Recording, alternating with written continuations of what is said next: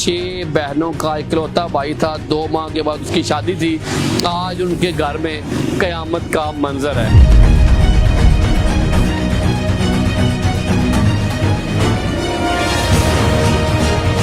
जब उसके बाप को अपने उस इकलौते बेटे की खबर मिली, वो 5-6 घंटे का सफर, उसको 5-6 सदियों का सफर लगा होगा।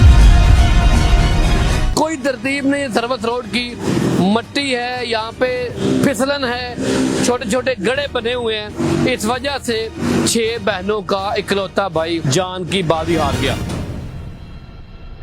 सिविल हॉस्पिटल में पोस्टमार्टम के बाद हमें लाश दी गई। शॉपर में पैक करके जब हम उनके घर लेकर गए हैं, उसकी माँ, बीमार माँ, जिसके लिए वो फ्रूट लेके जा रहा था कि मेरी माँ बीमार है, वो फ्रूट खाएगी, मेरी आंखों के सामने उसकी वो माँ बेहोश हुई। जब उसकी डेड बॉडी हम घर लेकर गए हैं, उस टाइम जनाजे में कई लोगों की हाय निकल गई, कई लोगों की चीखें निकली हैं, आंखें अश्कबार हो गई। देखा 2 महीने बाद जो उसके माँ बाप ने ख्वाब देखे, तो उसकी माँ ने, उसके बाप ने कि हमारे बेटे के सर पे सेहरा सजेगा। वो शादी के रूप में तो नहीं सजा, लेकिन हम लोगों ने अपनी आंखों से देखा कि जब उसका जनाजा हो रहा था तो उसकी मैयत पे कुल्ला बनाया गया था।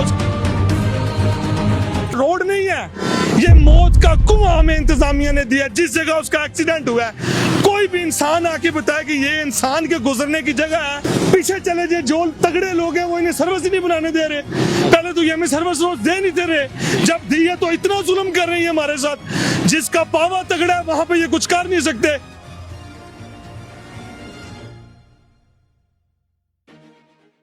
छह बहनों का इकलौता भाई यहाँ पे सर्विस रोड की नजर हो गया।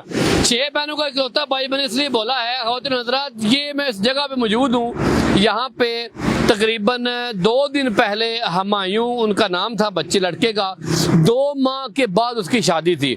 यहाँ पे ट्रक की टक्कर लगने से जहाने फानी से कूच कर गया। ख़वातीन हज़रात, अभी बिल्कुल असिस्टेंट कमिश्नर खारिया के ऑफिस के बिल्कुल सामने ये जो सर्विस रोड है, नाकद सर्विस रोड है, ये जो घोड़े हैं, घोड़े वाला चौक है, कोई तरतीब नहीं। सर्विस रोड की मट्टी है, यहाँ पे फिसलन है, छोटे छोटे गड्ढे बने हुए हैं। इस वजह से 6 बहनों का इकलौता भाई जान की बाजी हार गया। इकबाल स्ट्रीट का रिहायशी था, उसके बारे में मजीद मैं डिटेल जानूंगा कि ये आखिर हम कितनी जानों का नुकसान करेंगे। हम हर रोज इसी जीटी रोड से डेड बॉडीज क्यों उठा रहे हैं। अस्सलाम वालेकुम। वालेकुम सलाम। अच्छा, मुझे बताइएगा, आपके मोहल्ले का वो बच्चा था, आपने मुझे बताया कि 6 बहनों का इकलौता वो भाई था, तो ये जो हादसा रूनुमा हुआ है, जिम्मेदार कौन है? सबसे पहले तो बिलोल भाई आपका शुक्रिया।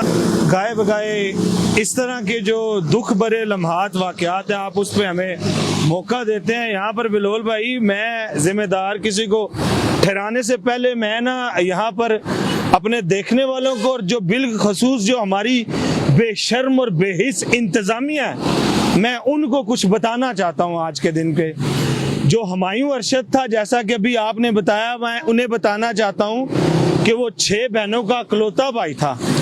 2 महीने बाद उसकी शादी थी और उसका बाप एक मेहनत मजदूरी करने वाला बंदा था। अभी तो वो अपने माँ बाप का सहारा बना था वो बच्चा। जब उससे कुछ दिन पहले बात हो रही थी तो उससे बात ये हमने की कि यार अब तो तू बड़ा ओवर टाइम लगाता है। कहता है 2 महीने बाद शादी है। उसने बड़ा खूबसूरत कमरा बनाया अपनी शादी के लिए। जब उसके बाप को अपने उस इकलौते बेटे की खबर मिली कि उसका इकलौता बेटा जो है वो जीटी रोड पे ट्रक के नीचे आके जो है कुचल गया, फौत हो गया। वो 5-6 घंटे का पेशावर, वो उसका बाप मजदूरी करता है, वो 5-6 घंटे का सफर उसको 5-6 सदियों का सफर लगा होगा। मैं इस इंतजामिया को ये कहना चाहता हूँ कि उस दर्द को महसूस करें कि उस बाप पे क्या गुजरी होगी, कैसे वो अपने घर पहुंचा होगा। उसके बाद वो लम्हा मेरे सामने है, जब हमें सिविल हॉस्पिटल में पोस्टमार्टम के बाद हमें लाश दी गई। शॉपर में पैक करके जब हम उनके घर लेकर गए हैं, जब उसकी मासूम छोटी बहनें जब रो रही थी, चीख रही थी, वो कह रही थी हमने मुंह देखना है, हम उन्हें मना कर रहे थे कि आपने मुंह नहीं देख सकते, हमने उन्हें मुंह नहीं देखने दिया। उसकी माँ, बीमार माँ, जिसके लिए वो काम से छुट्टी करके फ्रूट लेके जा रहा था कि मेरी माँ बीमार है, वो फ्रूट खाएगी, मेरी आंखों के सामने उसकी वो माँ बेहोश हुई। जब उसकी डेड बॉडी हम घर लेकर गए हैं, वो लम्हा कौन इसको बताएगा। जब जनाजा हम लोगों ने शफीक मस्जिद पढ़ा तो बहुत बड़ा जनाजा था, उसका बाप अंकल अरशद ऐसे हाथ जोड़ के जितने लोग जनाजा पढ़ने आए थे उनसे माफिया मांग रहा था कि अगर मेरे बेटे से किसी की दिल आजारी हुई है तो मुझे माफ कर दो। उस टाइम जनाजे में कई लोगों की हाय निकल गई, कई लोगों की चीखें निकली हैं, आंखें अश्कबार हो गई और सब ये कहते आपका बेटा तो इंसान ही बड़ा अच्छा था। जब भी वो गुजरता था वो उतर के सलाम करता था, हर बंदे को भाई साथ लगाता था। यकीन जाने बिलोल भाई, हमारे मोहल्ले की जो बहन बेटियां ना हमारी, वो भी उस बच्चे की शराफत की बातें सुनाती हैं कि उसने कभी जब भी बहन बेटियों को देखता था नजरें नीचे कर लेता था। जब जनाजा हम लोगों ने पढ़ा, दुख की बात यह है कि जब भी किसी अपने प्यारे की, हमारे लगते लाने की जब कोई डेथ होती है तो जब जनाजा होता है तो हम लोग सारे आगे होते हैं कि चले यार उस बंदे का आखिरी दीदार कर लें। जब हुमायूं अरशद की डेथ हुई है तो हमने जनाजा पढ़ा तो हमारा भी दिल किया, हमारा बच्चा हमारी गली में रहता है, चलो इसका दीदार कर लें। लेकिन बेलोल भाई, उसकी लाश इस काबिल नहीं थी कि हम उसका चेहरा देखते। जनाजा पढ़ने के फौरन बाद उसका जनाजा उठा लिया गया।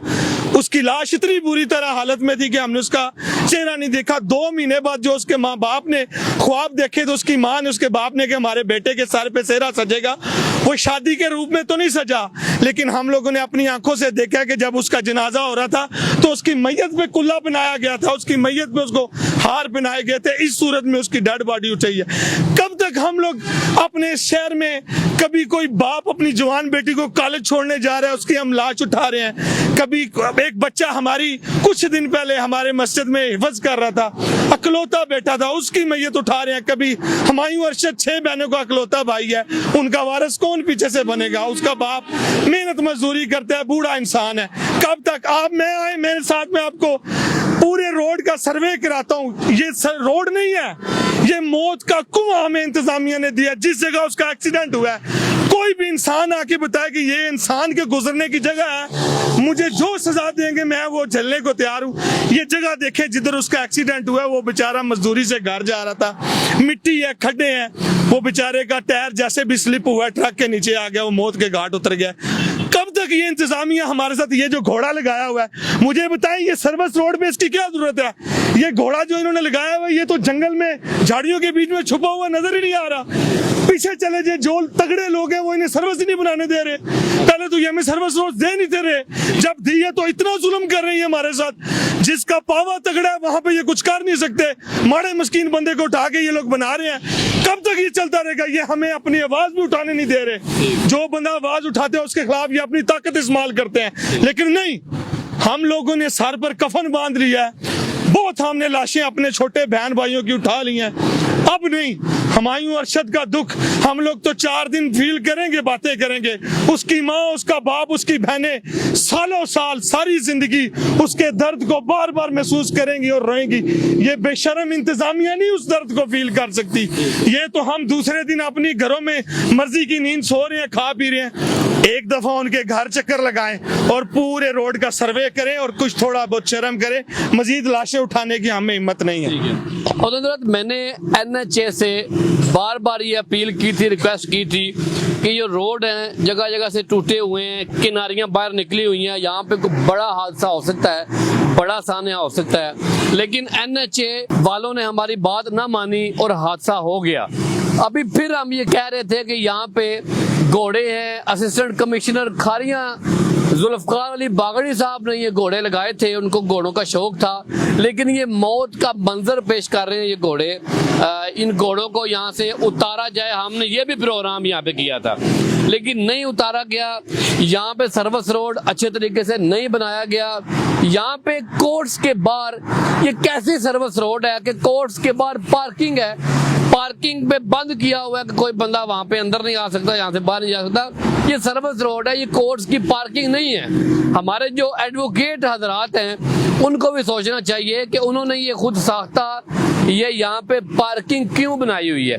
ये तो सर्विस रोड की जगह है। असिस्टेंट कमिश्नर खारियां साहब की भी मुबैना नाअहली है कि वो यहाँ पे जो गरीब कारोबार कर रहा था उसकी तजावजात तो उन्होंने हटा दी है। अब यहाँ पे जो तजावजात हैं वो यहाँ पे हटा नहीं रहे, ये सर्विस रोड प्रॉपर नहीं बना रहे। इस बात पे भी गौर करना चाहिए। उमर भट्टी साहब, आखिर में मुझे बताएं कि इंतजामिया को क्या ऐसा करना चाहिए जिसकी वजह से यहाँ पे हादसा ना हो। मैं इंतज़ामिया से ये मेरी हमेशा से हम लोग इनसे बार बार अपील कर रहे हैं, खुदारा ये जो आप लोगों ने जो आपने जो ऑपरेशन किया आप लोगों ने तजावजात के वाले से, इसे एक जैसा करें। ये जो फजूल चीज़ें हैं जहाँ पे आप लोगों ने प्रॉपर सर्विस रोड नहीं बनाया हुआ, इससे भी फिल फोर मुकम्मल किया जाए। और जो आप लोगों ने कुछ जगहों से छोड़ दिया, आप लोगों को बड़ी अच्छी तरह पता है, खुदारा ये लाशें बार बार ना गिराएं, बार बार लाशें नहीं हम उठा सकते। इसे फिल फोर एक लेवल पे लेवल करना चाहिए, और ये जो जगह जगह पर गड्ढे बंधे हुए हैं इसे लेवल करना चाहिए। बड़ा बदनुमा हमारा रोड और सर्विस रोड और जीटी रोड बना हुआ है। अच्छा, ये जो सर्विस रोड जो खारियां अड्डा है, जो स्टॉप है, वहाँ पे जो प्लाजे हैं, प्लाजों के जो मालिकान हैं वो सर्विस रोड में हलल पैदा कर रहे हैं, वो अपने सामने से सर्विस रोड नहीं गुजरने दे रहे, उनके बारे में क्या बोलूं? मैं आपको ये बात कहता हूँ कि ये जो बड़े बड़े मालिकान प्लाजों वाले हैं, असल में जिहाद आपका ये होगा, अगर आप इनके खिलाफ ये ऑपरेशन करते हैं, अगर आप इनकी भी तजावजात खत्म करते हैं, यकीन करें आपको शहर का हर बंदा सलाम पेश करेगा, आपकी तारीफ करेगा, और आप रोजे महशर भी अल्लाह को जवाब दिए होंगे कि आप सुरखरू होंगे कि आप लोगों ने बिला तफरीक जो ऑपरेशन किया। ठीक है, खारिया में जो पेट्रोल पंप्स हैं उनके सामने जो तजावजात है वो भी खत्म करने की जरूरत है। जो प्लाजे हैं राइट और लेफ्ट साइड पे, उनके सामने जो तजावजात हैं वो प्लाजों की वजह से हैं, वो भी खत्म करने की जरूरत है। और ये सर्विस रोड को सीधा करने की जरूरत है ताकि मजीद कोई हादसा यहाँ पे रूनुमा ना हो। 6 बहनों का इकलौता भाई था, 2 माह के बाद उसकी शादी थी, आज उनके घर में कयामत का मंजर है। रिक्वेस्ट ये इदारों से, एसी साहब से, सीओ साहब से, NHA से रिक्वेस्ट है अभी भी इन सारी चीज़ों को बेहतर किया जाए ताकि मजीद जो नुकसानात हैं वो ना हो।